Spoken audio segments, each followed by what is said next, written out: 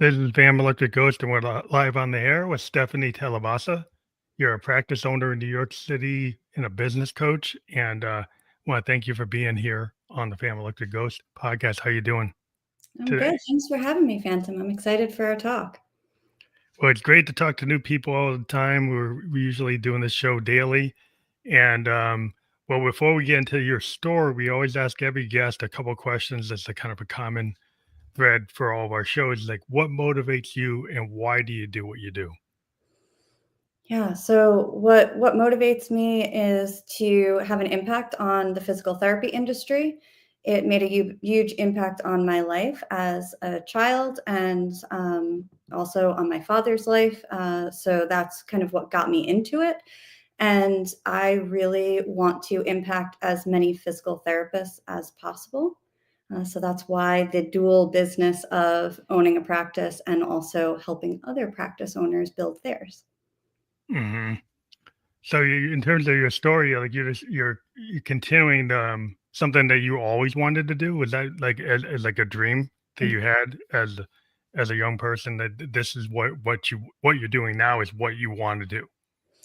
I always wanted to be a physical therapist. I went to PT as a kid, and it was the one thing that kept me active and playing sports when every other doctor suggested taking time off or wearing some bulky brace that didn't match with my uniform. And I got into PT as a receptionist when I was 14. I don't even think I had my working papers yet. Hmm. So that's how long I've been around it. And I tested out every other job in healthcare throughout high school and college, and I always kept coming back to physical therapy. Yeah, so it aligned with what you took in college, right? Into your biology and physiology. So you're one of these people that actually know what you want to do. Yes, which I know is rare, and That's I very rare. actually I had the opposite problem. I felt like I decided so early because that's what I was surrounded with, that Hmm. I was trying to prove myself wrong. So I shadowed all other healthcare providers just to really make sure before, because PT school is a 7-year commitment. It's, the 4-year undergrad and then 3 years of a doctorate program. So before getting into that, I really wanted to make sure that that was the Yes. right fit. Yeah, but in undergrad, I went for psychology, so a little Hmm. little different than your typical pre-med. Well, I think it's good to have that. 'Cause I mean, I'm a sociology kind of major from Bowdoin College, but and also political science. And what I liked about it was this like understanding of patterns, like Right. in like well, political science is like political patterns in a macrocosm, and then like sociology is like studying the microcosm and the macrocosm. So you're studying individual like within families, and then societal impacts, like well the psychology of a riot, the behavior of political parties, the effect of like different types of things that can happen at the like group level, and this helps it like as an artist. I like the Mhm. idea of trying to understand as a writer, like if you can get some depth behind your characters by studying something that actually gives you some information on how people behave. So that was kind of my kind of angle was like, oh, I'm going to take some of these social sciences to help my art. I absolutely love that angle. I am obsessed with studying patterns and trying to figure out why people make the decisions that they do. Um, that's why I love marketing so much because we're Mhm. trying to figure out, okay, Choices. Why do what people can I put, say that again? what choices? Why do people make these choices? Right. One of my favorite courses was industrial organizational psychology, which is basically, why the end caps in the supermarket are placed there and why the milk and bread is in the back of the supermarket and we're walking through and what we're passing. So things like that really have helped me as a business owner because I understand what to place in front of people to bring them through a funnel to attract the type of person that we help at House of PT. Hmm. It's good to know who your client is, who your customer is. Even as a musician, they're always trying to figure out our audience. But then we've got other things because sometimes it's not all about like the metrics of making money. It's Mm, about like making an impact. It's like sometimes you're an artist and you could do something that's real popular, and that can mhm. be very satisfying. But a lot of times you do things that are not designed to be popular. It's kind of designed to be, this is what where my heart's at. Right, to And go it deep with one yeah, person. yeah, it happens that the audience understands it, that's fine, but it's Mhm. not always the goal. Right, and, I think people are afraid to go too specific, that they're, isolating a certain group of people, but finding your ideal client or your target audience for your work is not about excluding people, it's about really understanding that person's lifestyle and that person's needs versus I think when people like, build their ICA, their ideal client avatar, they think about demographics. How old is Mhm, this person? How many kids do they have? Where do they live? What's their job? That doesn't mean anything. It's the mindset. mhm. That's who we're trying to It's like attract. alignment, like, well, you think about more esoteric things like law of attraction or being in tune with somebody, like being a like musician kind of term. Like in terms of like if you have something that's very harmonious, you're probably gonna get people to be able to repeat it like a melody, and it'll Mhm. be catchy, get stuck in their head. In your head. Right, like, but there's other things in terms of music where some things you wanna build up. You wanna build up tension, or you wanna have dissonance, or discordance, or noise, or something that's kind of abrupt, timing change, something that's not always pretty. It's not always because it's trying to make an impact like a filmmaker or any artist, some not everything's always gonna be harmonious. Sometimes you have to create like different levels of things that aren't always like the perfect pitch idea. It's like so it's all part of a whole. And some people are always looking for, oh, I gotta find that sweet spot that everybody's gonna like. But Mhm. that's maybe it's the law of attraction. Maybe you'll find your tribe or you'll find the people who are aligned with what you're doing. Absolutely. As you were describing that, what I'm thinking of in the marketing realm is the billboard. So I drive past a billboard in Florida. It's Who Dat, Joe Dat. Okay. It sticks in your head. I'll never forget it. But when I have a problem, I'm probably not going to call Joe Dat to be my attorney. Okay. Yeah, yeah. He's Well, it's appealing just to the masses, you're but trying to get the biggest appeal, and like, is it actually the niche? And right. people like the lot like, there's this idea in art, today, because we live in this algorithm-driven world, and people Mhm. think it's like, "Oh, the views, the likes," and I always point out that sometimes you could have a post that doesn't get the massive algorithm, like, connection, you don't get the million views, but a particular person sees it and you get an opportunity that wouldn't be predicted by the numbers that came in for that, right? So the idea is like I had a post one time, didn't have a lot of views, but then a Grammy award winning producer saw it and I got to have an interview with them. So that's an opportunity that wouldn't be reflected by the numbers. So sometimes the metrics don't always represent your opportunity. No, it's landing with the right person. That is such a great example because it wouldn't matter if 1,000 people saw it if 1,000 people didn't interact with it. It didn't If you strike a chord engage, with yeah, them. if you can get Just engagement and you get the engagement with the type of person you want to talk to, but that mhm. means you're actually doing it. Like, Right.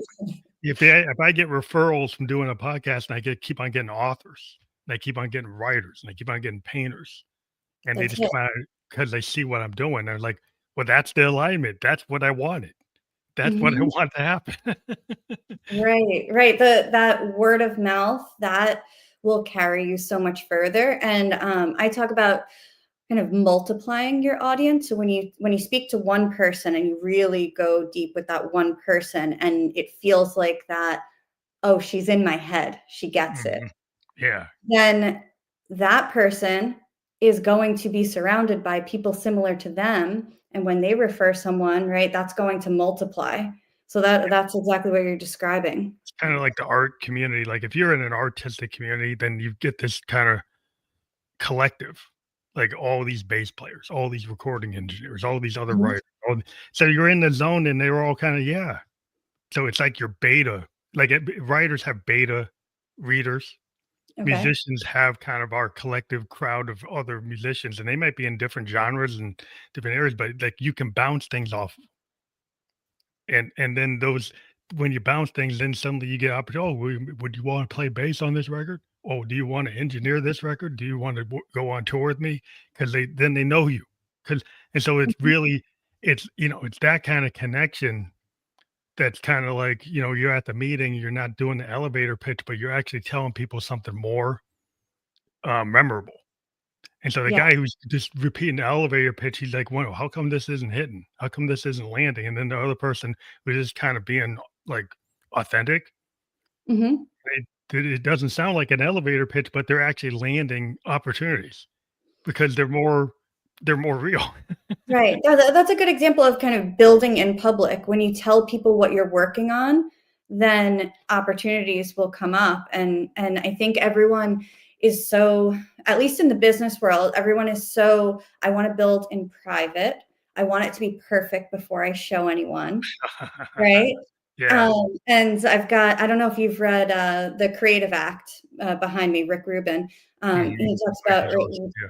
releasing the work for you, because if you never release the work, you never get the feedback, you can Yeah. never iterate. To forget the root loop. I mean, I always point out there's a lot of artists in history that never really made it, right? That you think Mhm. about there's a couple of examples like Velvet Underground, Lou Reed.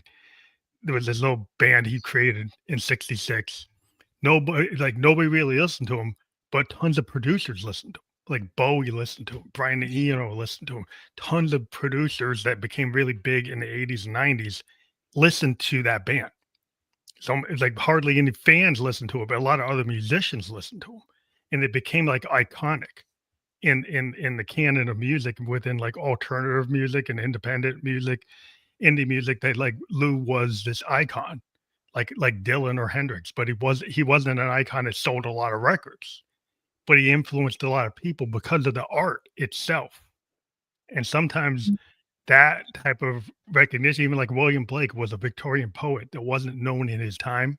He was found out after they found his stuff Right. in a barn. He had etched all his poems in metal acid, and so they lived beyond him.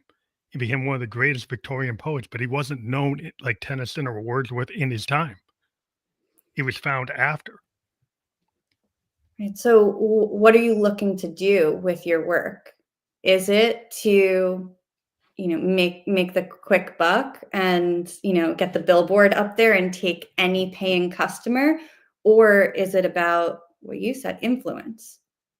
Yeah, I mean, it's art. I think that you have to have the vulnerability to take the criticism Mhm. or take the lack of sales, but feel like a lot of times when I meet artists, they do it because they love it. And a lot of artists I deal with, they've been doing it for 30 years, 40 years. And they may not be the biggest name you've ever heard, but they're very happy with what they're doing because they feel fulfilled because they didn't feel restricted or Yes. prevented, or they gave themselves a permission structure to do their work. Where a lot of people are sitting there with regret because they Mhm. never did their work, or they did their work and they never showed it to anybody, like you said. They didn't show it to anyone. Yeah. And in that case, they're creating for themselves the joy of creating versus always focusing on the outcome. And, Yeah, and sometimes if you just let it happen, the yeah. Beatles let it be. Like if you let something happen and then you go to the step of actually putting it in the world, then there's a lot of things that you can't anticipate what the world's gonna do. I mean, there's a lot of problems with people feeling unsafe in a world that can be kind of mean, right? So when you put your new idea out there, the first, and first, impressions are like, oh, hated it, Yeah. terrible. That's not how you do that, And so even if you have like, a practice and you're doing something that's not what other people are doing in a practice, you always Oh, wonder why are you doing oh, that? That's not how you do it. I dealt with that. So my physical therapy practice is 350 square feet. Technically, the space is 500, but 150 is the ADA accessible bathroom. So we have 350 square feet for a physical therapy practice. Mhm. When I was signing that lease, I am so happy. I'm the type of person, I do and then tell. So I signed the lease and then I announced it. And everyone said, how are you going to do physical therapy in such a small space? You don't even have room for equipment. You don't have room for this. What is it, just going to be you in the room forever? And right, they couldn't see it. They couldn't Couldn't see, like, see your idea. mhm. It's not about the fancy equipment. It's not about the gait analysis and the treadmill and having all of the newest laser and shockwave. No, it's about having a skilled professional in the room, one on one, in a very laid back environment where the patient actually feels comfortable having a conversation like this, and there's not a Mm, hundred other people running around the room. personal attention, and Hmm. then they're not distracted by all the things, like, if you have a facility, I can see the issue. If you have a facility with all these things, people are gonna be like, "When am I get to go on this thing? When am I gonna get to do that thing?" And then the focus becomes kinda scattered rather than maybe you need to actually be able to focus on you and your patient Right. and go through, like, the techniques that are, like, physically what you know how to do as a therapist. What you know how to do, like, physically and verbally, non-verbally, like, that focus then can be really pure. And I Hmm. I I kinda get it, like, sometimes it's like you say with musicians, we're in these real small spaces writing, and you're like, "Well, how can you do that?" It's like, well, it gives us focus because we don't want the noise. The noise wrecks us. We have to try to focus, and if you have too many distractions, you can't focus. Yeah, I like to write early in the morning before anyone's on email, before anyone's asking me questions. Need to write in silence. Yeah, well, just getting the noise away. I mean, that's a Mhm, lot of, like, the techniques when you're in a creative person. Sometimes we have to either walk away, meditate, breathing exercises, tai chi, all kinds of things, but, like, mhm. turn off the phone, disconnect the watch, don't have the computer on, just be at the piano, just be at the guitar, and don't let those other things you can't have the TV on CNN or something. You can't have all that. Right. You have to be able to, like a writer, like, they might be able to have some kind of music in the background of whatever. Some writers say that, "No, I can't have any music." And it's weird. I've talked to different authors. It's like some people want the background. Somebody said, "No, it's distracting. You can't have it." So it's kind of whatever you feel that gives you that primes you to be in the kind of state to receive the muse. Mhm. That Yeah, that's I'm kind of not a what you need. musician, but I love writing, and I I grew up in a house that was very much noisy. Everyone was always coming and going, and we called it Grand Central. Mm, So I learned to write and study and work in that kind of noisy environment. So for writing, I don't mind if there's background noise. I could tune background. that out. Mhm. But I could see, as a musician, you would need to be really focused. Yeah, I mean, sometimes we can have it if it's part of the vibe, Mhm. but other times, it's like, sometimes you record a live thing because you want the crowd. Other times, it's very intimate and you just want you and the guitar and the mic and the piano, and it's kinda like it kinda it just depends on what serves the piece. Um, and every piece kinda comes from different angles. So certain pieces could be more, like, connected to the environment around you, and other pieces can be more, like, internal and don't want any noise or any outside thing happening because you're trying to bring this internal thing out. But it kind of goes wherever it goes. You mentioned, Tai Chi. So is that one of your meditative processes? Yeah, I'm a Buddhist. I like Tai Chi. I like breathing exercise. I'm a Nichiren Daishonin Buddhist. We do a lot of chanting. We do a lot of breathing exercises. We try to focus our chanting to be aligned with the just having a positive outlook, like kind of the karmic kind of concept of what you put in is what you put Mhm. out, right? And so there are karmic results for like negative thinking. Like if you think everything terrible is what's coming your way, Right. that's what's coming your way. If you have aspirations and you don't know how you're gonna get there, but you put out that positivity, then the law of attraction, you will pull that toward you and you will be on that path.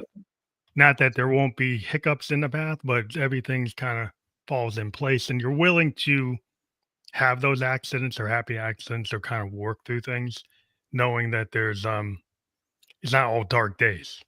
There's going to be light, and it's a mindset. It's like you have to put Mhm. yourself in a mindset that doesn't say, "Oh, it's all over." You know, because Right. some people have a mindset and it's like, "I'm done," and they Yes. don't see any kind of future, and they don't give themselves the grace to have it or the possibility to have it. And you have to open yourself up to like, yeah, you can have something bad happen, but it can be a lot of times we look at it as like those things are opportunities. Mhm. Learn.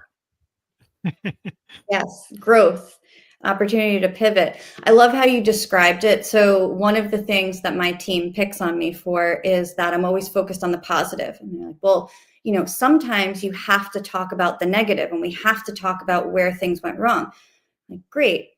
But if 90% is good and 10% is bad, most people will spend the majority of that meeting talking about the 10%. All right. Mhm. And kind of and then what we get is exactly what you just did, a kind of little eye roll, a little like, oh, yeah, all they have to say is the bad things. They don't even see all these good things that I'm doing. But if we focus on the good, then what's going to happen is they already know. They're professionals. They already know that they did one thing wrong. They're going to fix that.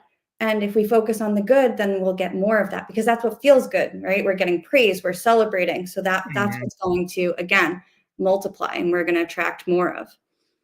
I think it's real important to have that kind of growth mindset, or like there's no bad note in music. There's a concept like in jet free jazz fusion that like if you have a piece of music and it's written a certain way. If you actually deviate from it and hit a note that's not expected, that's not a bad note. That's an opportunity. That's Okay. an opportunity to evolve the song. Now, if you're somebody that's kind of really s- set on repeating that song exactly note for note like a classical piece, then you're going to perceive that's a bad note and you're going to want to start all over again and think you failed, rather than actually having the openness to maybe experiment and go in a different direction. It's kind of difference between like Herbie Hancock and Miles Davis. Herbie Hancock hits a chord that wasn't in the piece. Miles actually responds to it with a piece with a change that actually fits that moment rather than trying to be in the moment that was expected. So it becomes fluid. It's a very fluid kind of flow state type of way of creating. I think method actors doing like a off Broadway in New York, they kind of can understand the same idea. Like Yeah. you're in the character, and that character, depending on how they feel, might say this one day and say something else the next day or the next hour. And so you can be in that character and it's still okay. Maybe you didn't do the exact line, but it's still within the range of who this character is. And So that's now okay. I'm going to ask you because I believe there are cycles of learning. And in the beginning, you need a lot of structure. So this is, my That's perspective is true. in the beginning, you need a lot of structure and you kind of need to repeat a set way of doing things. And then you kind of get into that state where you can flex and play and bring your own approach to it. And then we kind of get to the next landmark and now we need to become a novice again. Do you feel the same way about I music? think it's like the 10,000 hours of anything. Like if you're an athlete or musician, you get 10,000 hours on the bass, 10,000 hours on the piano. Then you've got the muscle memory, you got the scales, you got the chord structures, you know that. What then becomes the issue is like then I can stretch and go into things that maybe I'm not perfect at, but you give yourself some grace and you have talent, right? You have a capability. And so you might not be the best at a certain genre, but it doesn't mean you can't attempt it. That you couldn't go from bebop to cool jazz or some other Mhm. form or go into even psychedelic rock and then bring it back into some classical form. You can bounce around, And because you've got the hours of practice and you understand music You theory and understand the foundation. foundation, but that doesn't mean you can't experiment. And when you're on the experiment, you might be a little on the edge, right? Mhm. And it's okay to be on that edge because sometimes being perfect is kind of the enemy of creativity. Yes, yes, and I'm surrounded by physical therapists all day, and we are known to be perfectionists. But what it made me think of is one of the other reasons why I chose this degree is because you come out as a generalist. So I chose to go into orthopedics, but 2 years in, I started doing home care, which is a totally different demographic. It's Mm. more So you're geriatric, gonna expand. neuro, totally different. Now I'm reviewing, multiple medications versus working with a 25-year-old, right? There's no medication list. So there was kind of this cycle of, oh, I feel like I'm brand new again. It's good to Um, learn. Kind of it's like though I think it's like you're never done with learning until you're not here. no. And so the other piece of work I do is I'm a software guy, right? And so in the software world, the technology has shifted exponentially. So, I Oh, started mainframes and .NET, servers, and now we're in blockchain and AI. And so mhm, in our industry, you have to reinvent yourself all the time. Now we have some base ideas in software design are common, like theory in any kind of world, there's base theory stuff, but there's new tools and there's new concepts and new ideas, total new paradigms. And so you have to learn. And so you do have to learn structures, but once you learn those structures, then you start saying, well, why can't I use a little blockchain here and a little machine language here and a little .NET here? And you start blending things. And mhm. that's where the innovation happens because then you can say, oh, I take a piece of this and a piece of that. And then you get this whole, you know, You're matrix bringing of other your things. experience. Yeah. Mhm. Yeah. How do you feel about AI in the creative world? I think it's a tool. I think people try to act like the tech bros will say that it will replace an artist. I think that's in their interest so that you pay them the token so they make the money. I don't think that that's actually a truism because art is always going to be the human realm because it's all the pillars of your body, your spirit, your heart, your soul, and everything that's uniquely human. Every human being is so different. That's our secret sauce. AI can only learn what's been done before. And then it will synthesize to make it seem like it's doing something new, but it usually is not. It's just pulling something that's already there. Human beings can actually bring perspectives that are in your body, in your soul, in your form that nobody else really has. And so it's always going to be this kind of like random factor that you can't replicate. The computer will get as close as it can, but it will never really be able to do it. And so that when people think they can do it, they just don't understand the nature of art and they kind of disrespect art. They really don't see the value of a human painter or a line artist or an actor. They don't act, they just want to see the monetary value of what they think they can replace. And so I think that's very narrow minded and short sighted and just Mhm. capitalistic in nature. Yeah. I would think that it's a little boring. Oh yeah, super boring. Yeah. For PT, as far as the art in it is, we could all be trained the same way. My first therapist that joined the practice, we went to the same school, we worked side by side. Sometimes we even said the same phrases. We have different hands, Yeah, and when you put that's your huge. hands on someone's shoulder, I might come up to their neck and get into their scap, and she might go into their lat and come into their chest, right? Where you go with Your it. touch is like your touch. It's Yeah. like your it's like that voice. Every Mhm. human voice is different. It has Carrie, you got Dylan, you got Celine Dion, you got Nat King Cole. What's a computer gonna do? It's trying to replicate that voice that existed. Is it ever gonna create a new voice? No. That's the problem. It's not gonna Yeah. there's only one Nat King Cole. The people can try to sound like him, but there was only one, and that's it. And so So that's the thing that people don't get. Like, "Oh, I can make it sound like it," but you're Mhm. not it. You don't have the emotion, you don't have the pain, you don't have the happiness, you don't have the things that trigger the art. Comes from personal experiences. Every artist pulls that. Every person, when you're doing what you're doing, you're pulling everything you've ever learned and what's happening in the moment. It's very kind of point in time unique, and you can have repeatable processes that you can do, but it's like it's your touch, it's your style, it's who you are. Mhm. That's why people come to you because they found something that, oh, this aligns with me because I like your style. Right. And I think that I don't mind the use of AI as a tool to support us to be able to continue to do the art.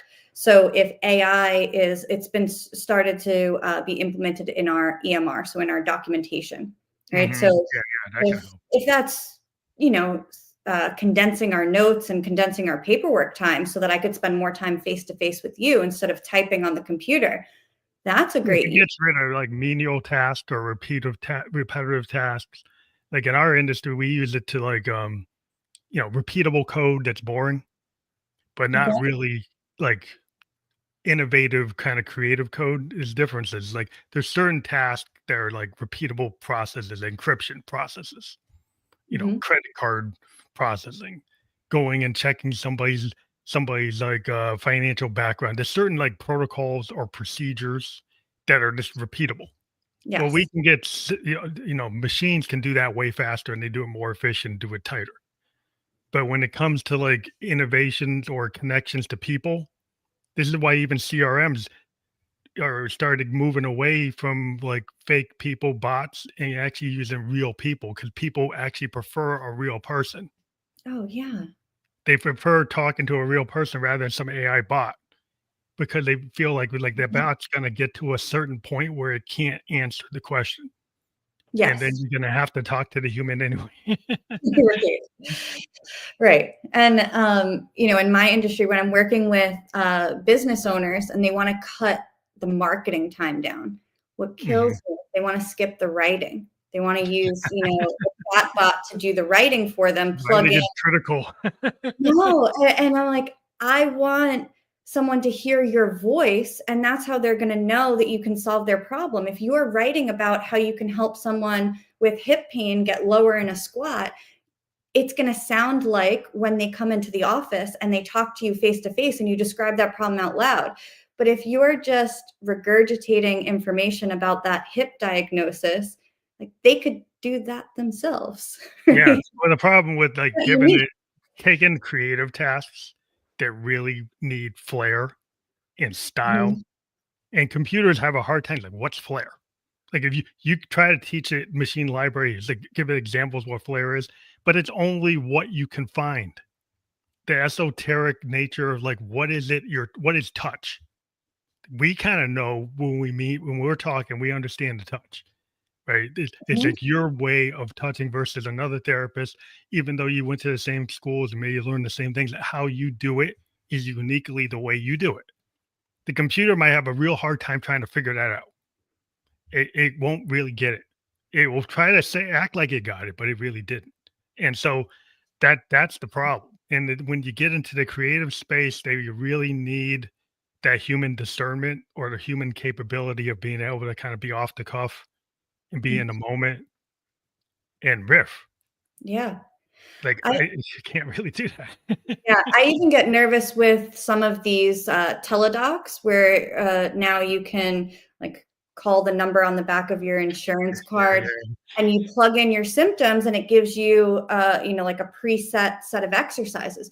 Well, when we do a virtual physical therapy appointment, it's like this, we're face to face, we're speaking, and when I'm asking you those questions, I'm also digging into some red flags and ruling out that there's no serious thing that we're missing and it truly is hip pain and it's not referring from your GI tract or referring from right yeah. something not physical therapy related. And if we're just typing these answers into the teledoc on the insurance card, it's really, like you said, it's insulting to the craft. It's thinking the craft can be turned into an algorithm, but the problem is it's kinda garbage in, garbage out. It's like, algorithms can only Yeah. understand all the case statements. If you don't have every case in there, then you're only gonna give them back what you've got, right? So if you don't Mhm. have a way to dive into this other tree, right? Dive into like GI tract, dive into this other thing, dive Yeah. into like, and they, does it have a PhD? Does it have, did it go to medical school? Does it know to go down these roads? And he was like, well, the tech bros will say, oh, it can do it because Even they though want to believe it can do it. It's like, well, it right. really depends on who coded And it it. depends on what the patient puts in. So does Yeah. the patient know to put in that they haven't, gone to the bathroom in 3 weeks? Does the patient know to put right, do they know that those symptoms are also potentially related to what they're Yeah. feeling The musculoskeletal, right? computer might not ask the follow up to pull that out of the person. Yeah, It might just go down the road of what it got and then use the chat GPT structure and only go down that road in its machine library and yeah. never think to ask about the other things unless you can't the human mind is so complicated that no code ever can match it. Though people will try to act like it can. It's like we don't have a data. Like Star Trek data doesn't exist. The AI that we have today is not equal to that. It's not equal to HAL 9000 and 2001 Space Odyssey. Nowhere even near what people think it is. Yeah. If people want to make you think it's more than what it is. And I understand why some of these guys want that because they want to make money. They're trying Mhm. to transfer money from one sector to another. They want to go into the arts, they want to go into medicine, they want to go into engineering, they want to do all these things. And I think they're making some big mistakes. And yeah, we'll see the quality of what comes out. I've had some tech guys come to me and say, well, there's some places I can't use AI. I've Okay. had some engineers that saying, no, we can't use it here. It's actually not, it's not appropriate. So you have to understand the business case or the use case for it and think of it as a tool, but not the end all solution to everything, which they're trying to sell it like it's the miracle pill that it solves And everything. It's not, that's not I that one. if AI does our art, makes our music, does our work for us, what are we doing? Well, I've had some tech bros say something like how we're going to go out, all become entrepreneurs. And I'm like, I'm sorry, but the problem is the American educational system does not build in a lot of critical thinking. It was kind of built to create agricultural employees and industrial employees within like industrial kind of boxes. Mhm. So if you're suddenly going to put this out in the world and say all those jobs go away and now you can be a critical thinker, but you didn't actually give people the tools to be critical thinkers. So what are they supposed to do? Repair the machine? But they don't even have the skill set to do that. So it's like, That's what? interesting. So it's like where are they going to go? What work are they going to do if you make the McDonald's all robot operated? Right. It's like Henry Ford said, you got to pay the worker enough so they can buy the car. These guys are Mhm. saying, "Oh, I don't even need to have an employee to buy the car." Well, who's gonna buy the car? Yeah, and, they've started to test those types of, like, virtual assistant self check-in, in PT, and, uh, I'm so bad. I refuse to demo it, but I understand how it could be useful. So we don't even have a receptionist in the office. It's just the Mhm. physical therapist. Our receptionist is remote, but there's a real person that Yeah, answers your questions. And when you're calling and you're saying, "Hey, I've got XYZ going on with my shoulder, do you treat that?" A real person is going to say, yes, this is something that we've worked with before, or let me go ask the PTs, come back to you and give you an answer. yeah, No, that's a we human have a response. referral. To this. It's a real person that's going back and forth with you versus this, you put in your information, you scan your ID, you scan your health insurance card, and then, I yeah. think people get kinda I think they get real, I think people want that human touch again because I Mhm. think in the world where we came out of the pandemic and you give it your solution is to put more machines and more walls and less human interaction when people are kinda starved for human interaction, Yeah. that doesn't seem like the case. Like, it seems like the wrong case, and I understand, like I said, reasons they're making it is, "Oh, I Mhm. don't have to pay this person. I can Right. have more profit in my" Listen, our profit margins are very, very small in physical therapy, in healthcare in general, but in physical therapy, our profit margins are teeny tiny. We spend a lot of money going to school for 7 years, and we don't necessarily make that comparable salary coming out. Mhm. But you're in an industry that relies on our hands, right? That healing touch, that connection. It just seems so Counterintuitive. backwards to walk into a giant screen and check in yourself. But it doesn't give you the warm fuzzy, you know, it's like, the thing is, like, you kind of wanna feel like, why do you go to the coffee shop and spend all that money for the coffee and the muffin when you could just, get something cheaper at the 7-Eleven? Sometimes you go there because you wanna be around the people. Mhm. Sometimes you go there because somebody's reading poetry or people reading books or an author comes in or your friend comes in, you sit there and you talk.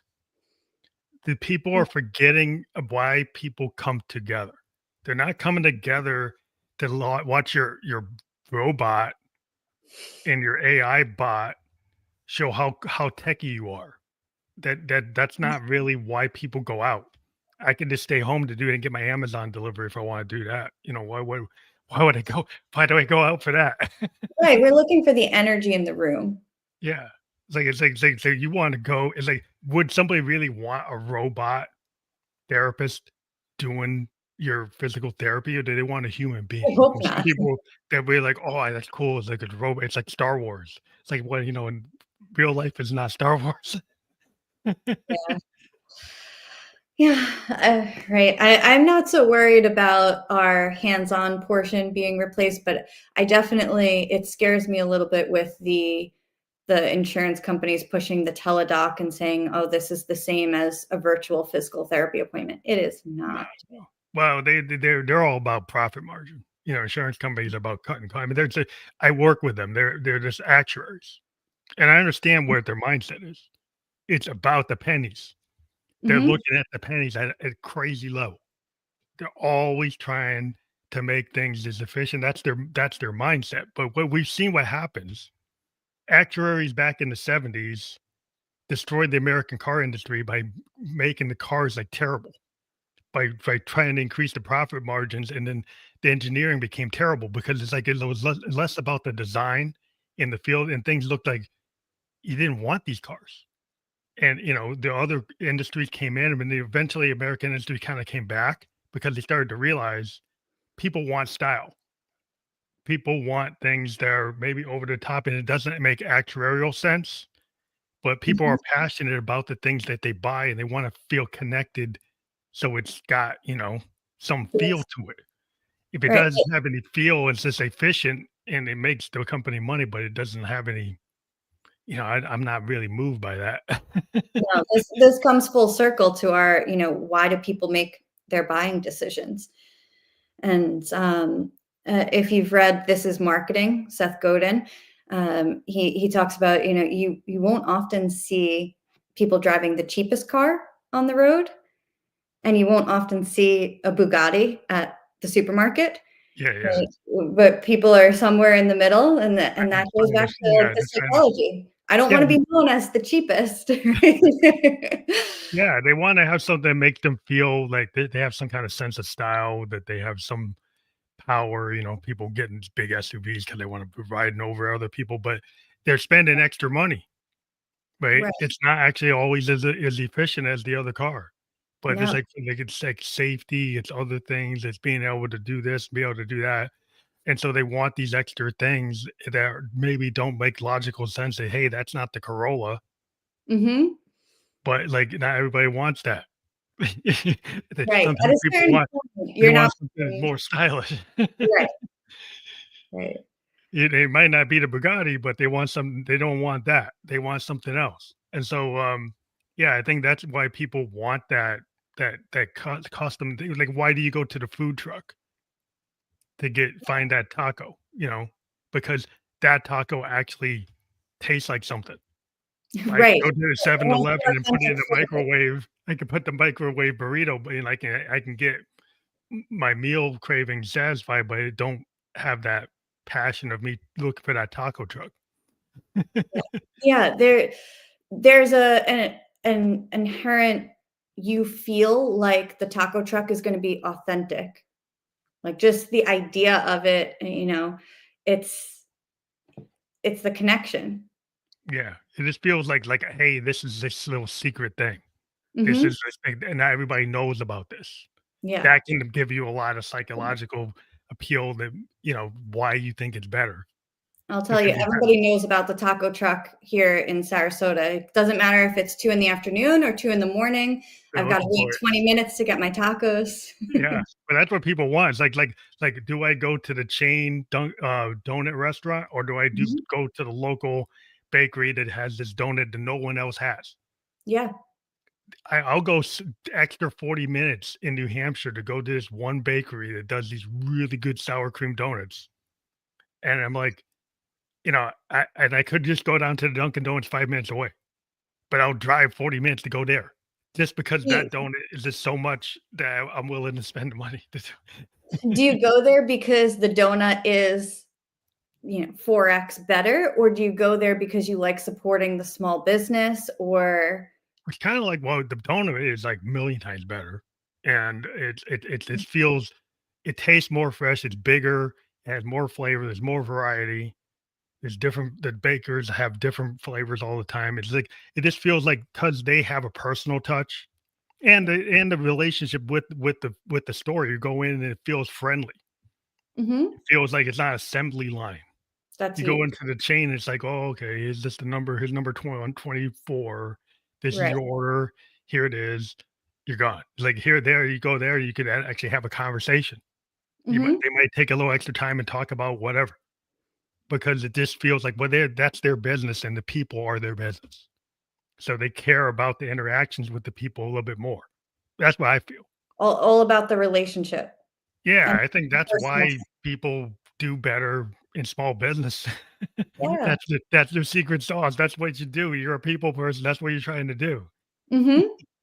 Yeah, and a conversation that's come up a lot for us is, at what point does it shift from small business where you have that direct connection to, okay, now this feels a little bit sterile. So we just opened our second location this year and we went from 4 people to 8 people. Mhm. So that was a big jump, and trying to keep everything very small and personal, like each therapist has their own patients, they develop their own relationships, but also between us, like, so those are some of the things, like, what's the turning point where all of a sudden, okay, well, now everything needs to be so uniform that we Wow. lose that connection? I don't know. It's Well, not that's a where you start making choices, like, is it okay to have the variation? Because the problem Mhm. when you get big, they kinda get, corporate. Yeah. Suddenly, everybody wants the uniformity, where they forgot that actually one of the things people were coming to you for is because it wasn't uniform. Mhm. And so, like, if you realize that, well, maybe I can have some level of not being uniform, right? And still have a company policy, but to say, hey, our secret thing is like we cater to individuals. We have different therapists have different styles. And so that's kind of what it is. Yes. There's kind of counterintuitive. There's always going to be a pressure to kind of like Mhm. the bigger you get, you'll get somebody will come in and some manager and say, well, we got to make this uniform Right. because it makes it easier to run on the spreadsheet. It makes it easier. Yeah, but is easier always better? Are we trying to be convenient and cheap? Yeah. Well, is it because Yeah. of the accounting? Is it because of the actuarial? Is it for some bookkeeping reason, or could you still have that as your modus operandi? Like that you could Mhm, still have that as your goal, that I want this to feel authentic and each person can kind of run it within that kind of framework and it's okay. mhm. Because one of the things I always point out is like that one of the I love this instrument called a Moog. And Moog synthesizers were hand built in the US up until last year. And every model was built by like a team in the US, and each one, even within the product line, had variation, even though it's the same model. You could say you could have a mini Moog Model D on the same line, that each one of them is actually a little different. So when you actually get them, they don't exactly sound the same, kind of like a custom guitar. And that's kind of rare with an electronic instrument, that each one actually has its own character. And the company kind of lived like that for like since the 50s, that they decided that that was their marketing point, that they didn't need to be totally uniform like a digital type of machine, that they were analog and kind of transistor based, so they could have that individual variation. And I thought that was like that was one of the reasons why I have so many, because they each one is like their own thing. I And love that. that, is what a lot of their customers were looking for. And that's why we bought them, because we wanted the character. As a musician, I want something to different, because I want that difference to be what I use. Yes. So it's, I think some people like, if you could actually see that has value, then you can argue that and keep it.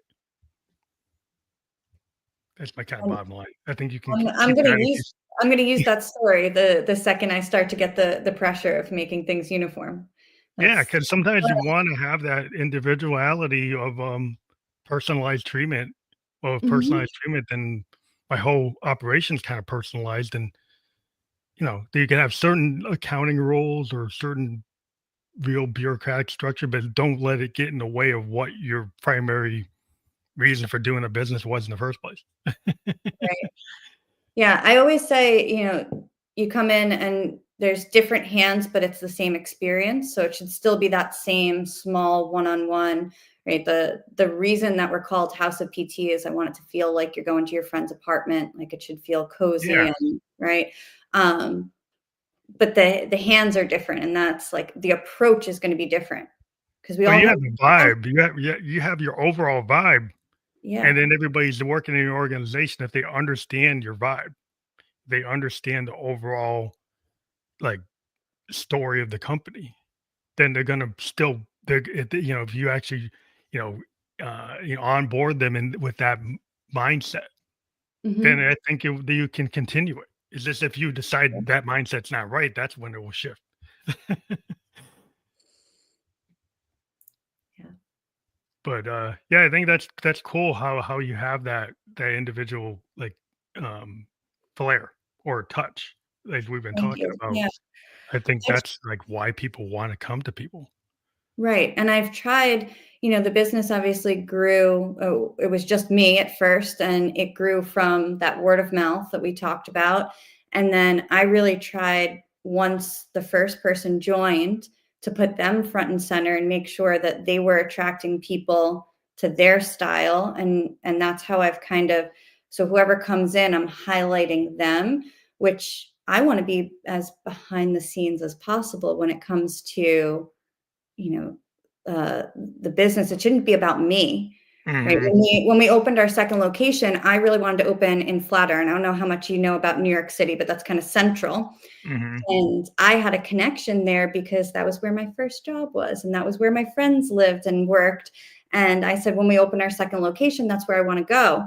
And our newest PT, she said, I'm going to say this, as respectful as possible. I just want to bring this idea to you. I ran the numbers and none of our patients live in Flatiron. I looked at all of our zip codes and most of our patients actually live in Brooklyn.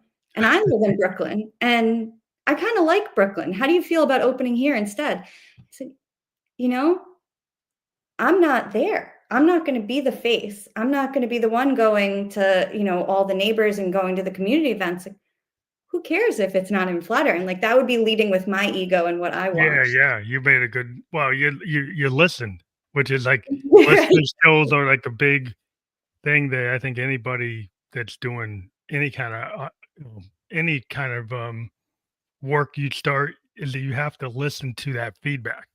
Yeah. You Oh, it can was a have huge your compliment idea and then for me. just honestly listen and see if you actually, oh, that does make sense.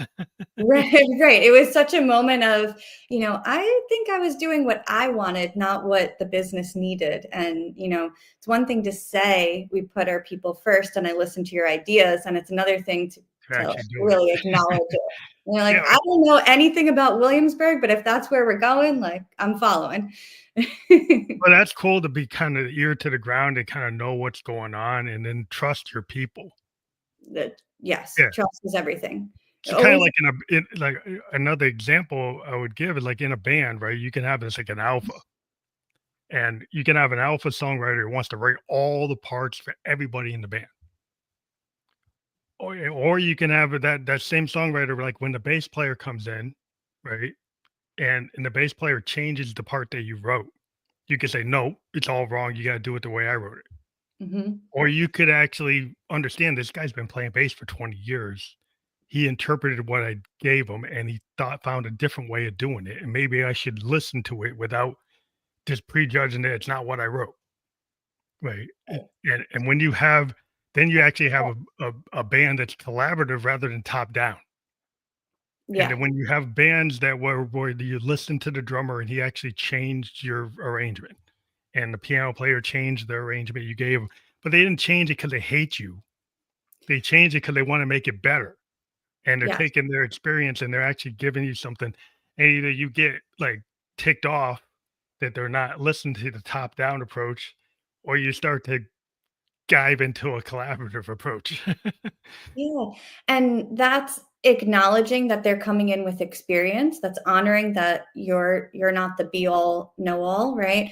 And also, um, accepting that people are leading with their best intention. I think we're very quick to get defensive and, "Oh, no, but this is my plan," or "That's not the way it's supposed to be," or "You don't like what I put out." And no, people are leading with the best intention. They wanna grow the company, they wanna, improve upon the music. Yeah. Uh, if you assume that people are leading with good versus assuming that they're trying to insult you, the outcome's gonna be very different. Yeah, they're not trying to top you. Right, they're not trying to, like, make you look bad, right? You're They're right, they they right. everybody's trying to bring together something to make it better than what it was, and so Yeah, once you realize that everybody actually has the intention of just trying to make the best out of everything, and, like, the engineer that comes up with a different idea than the project manager had, and say, "Hey, this is actually more efficient than what we were doing." And you mhm, could be the manager and say, "Well, I didn't have that in the plan." So you scratch it. Versus the more innovative, agile project manager says, "Hey, here's an opportunity. Bring this to the mhm. board, and this is actually gonna generate a whole different product. This is actually like this is why we actually do this stuff because the happy accidents sometimes are better than what we planned." Oh, yeah. And that's, now you're getting into a little bit of, kind of like leadership with the web approach, I call it. It's like, conscious capitalism. So not that top down where there's Mhm. one person who's controlling the band. It's, when we have the web design and there's forced touch points and, management is not above, but rather connected to the rest of the team. When that idea comes up, they're not, first of all, they're not afraid to voice their idea because they haven't been shut down in the past, so they're open to sharing. And then also that manager feels good about supporting and elevating the ideas because it's not, oh, my ideas are coming down to you. Well, this is like the age of innovation where we're doing all this exponential growth because there's a bunch of organizations within, information software design, robotics that actually are built like that. That people are coming up with ideas and they don't feel like, well, it's going to get stolen. So I'm not going to give it to Yeah, them. Right. So, it's not a like, yeah, if you get in this kind of work for hire, there's a thing in the comic book industry we call work for hire. Work for hire means you don't own the character. And this is a famous situation with like Jack Kirby and Steve Ditko. Jack Kirby created Captain America, Steve Ditko created Spider-Man. But because they worked as employees of Marvel Comics, they didn't own that. Marvel owns it. Mhm, So they never made any money from the movies, the toys, or anything. The corporation makes the money. So later in the comic industry, you had this comic book company called Image and Dark Horse, and these other companies actually let the creators actually own the characters. oh, So when Frank Miller went to, Dark Horse and he created Sin City, he actually owns that. Marvel doesn't own it, DC doesn't own it, he owns it. So when the movie comes out, he gets all the money. So there's a bunch of artists who are working for these These independent artists are companies benefiting from that. decide, well, I'm not going to work for hire anymore because if you Mhm. work for hire, you don't make any money. Right. The company owns the character, and then you don't get any. Nobody even knows that you created the character unless you're. And in the other approach, it's stimulating people to put forth their best work, where in the first approach, after that experience, you might feel like you wanna hold on to your ideas or hold back your best Yeah, work. yeah. Tons of artists held back, and then they went independent, and they went and created characters outside of the Yeah. structure. And then you will notice that in the comic industry, there's not a lot of new characters. They're all from the 50s, the 60s, 70s, 80s. There are hardly any new characters. They're all from the house characters that these other artists that work for hire created, and then all the innovative people like left, and Mhm. now they're creating these properties that are outside of that structure. And they're trying to get it out there, but there's some control where some of the independent stories aren't getting out there because the big mega corporation owns the major characters, and then smaller indie companies own these other characters, and then they're not getting made into the movies and the cartoons because they're actually controlling the Right. funnel. The system is blocked, Yeah, right. so it's like, so you're still a level of control, but like, yeah, it's still satisfying if you own your character. So Yes. it's just And a matter of like, that type of thing. yeah, it's like that in any business, right? Right now, there's a really big hiring shortage of PTs, and a lot of PTs are going and opening up their own small practices. And I'd rather just be solo, which you know that's because they didn't feel recognized. If they felt recognized and heard and supported and part of the growth versus kind of exploited for their ideas and their work. Yeah, it's a cog in the machine. Like when you feel like you're work for hire, and then all your ideas are owned by the corp, and then you can't go and build your own practice. You can't build your own franchises. That you can't have your own like mindset. Like they have the corporate mindset. You can only do it this way. You have to use this tool. You have to use this Right. bot. You have to use this. Restricting people and then lack of acknowledgement. Yeah. I mean, people don't. I think human beings don't like that. We don't like to be caged. No. It's a lifelong lesson of the human race. Like, if Yeah. we get Yes. caged, we tend to try to break out of the cage. Right, and we also, we've been talking about being connected. We wanna feel like we're connected to the bigger purpose, and if we feel like, we're just clocking in, clocking out, and we have no influence on where the direction is going, that lack of control, lack of connection, that's huge. Yeah, phoning it in. It's like, if you get to the point where you're phoning it in, you're not giving the boss any new ideas. You're trying to do the bare minimum to get through the day so you can go home and do what you really wanna do, which is maybe you're writing a book on the side, painting on the side, being an actor on the side, and then eventually that side thing becomes the thing. And then Mhm. you say, "Boss, bye-bye." Yeah, right. That's what we're in the age of, like, the great resignation, the results of that, Mhm. and a lot of people becoming entrepreneurs or creating their own little micro businesses because Yeah. it's like, why should I be unhappy every day because people told me this is what you're supposed to do, but what I'm supposed to do doesn't make me feel good, so I'm Mhm. gonna try to do something that I'm more aligned with, like what I actually am supposed to do. Yeah. And, I believe in starting your own business, or obviously that's what I did. I went out on my own when I wasn't heard or acknowledged. I also believe that you can still be a staff therapist and be supported by a company and not have to take on all the risks that come with entrepreneurship, because not everyone is built for the Yeah, yo-yo up and down. There have been moments where I'm up at 3 a.m. pacing and wondering if I'm going to make payroll. Not everyone is built for that, and I don't think they should have to be. But when I'm helping business owners, I'm helping them create those structures so that they can hire PTs that are able to work the way that they want to, but there's still structure for them to grow well, with you're the trying to create a better model, which is right. really cool because, like, you didn't just build like your model, you're actually helping perpetuate a more sustainable model or better model for everybody, I'm for the trying. worker, for the patient, and that's a really cool idea when people are trying to do like bring it forward or pay it forward.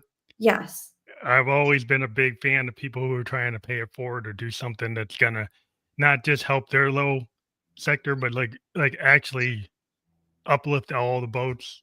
That's always the good thing. Yeah. Yeah, I don't believe in complaining. I think, complaining doesn't get us anywhere. I'd rather do the one little thing that I know how to do, and like this is how I can make an impact on our field. Mhm. Um, I think and that's commendable.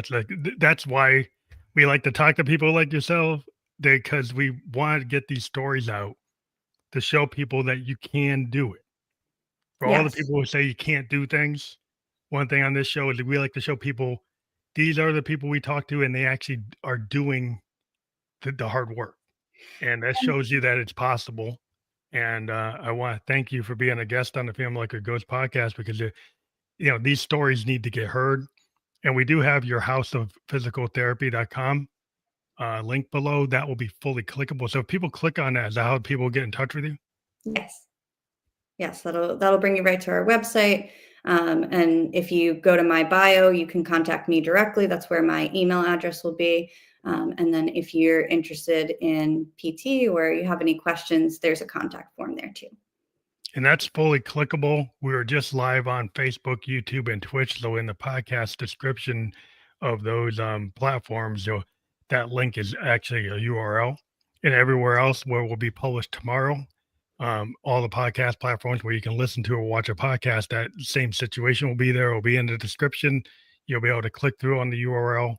So that's a good thing. We do recommend everybody who listens to this episode do take the extra step of clicking on the URL so you can get the further details of anything we were talking here. You can get in contact with Stephanie, and that's really important to actually support the people we talk to. So I want to thank you again for being a guest on the Family Like the Ghost podcast. Thank you so much for having me and sharing my story. And it was a great conversation. Thank you.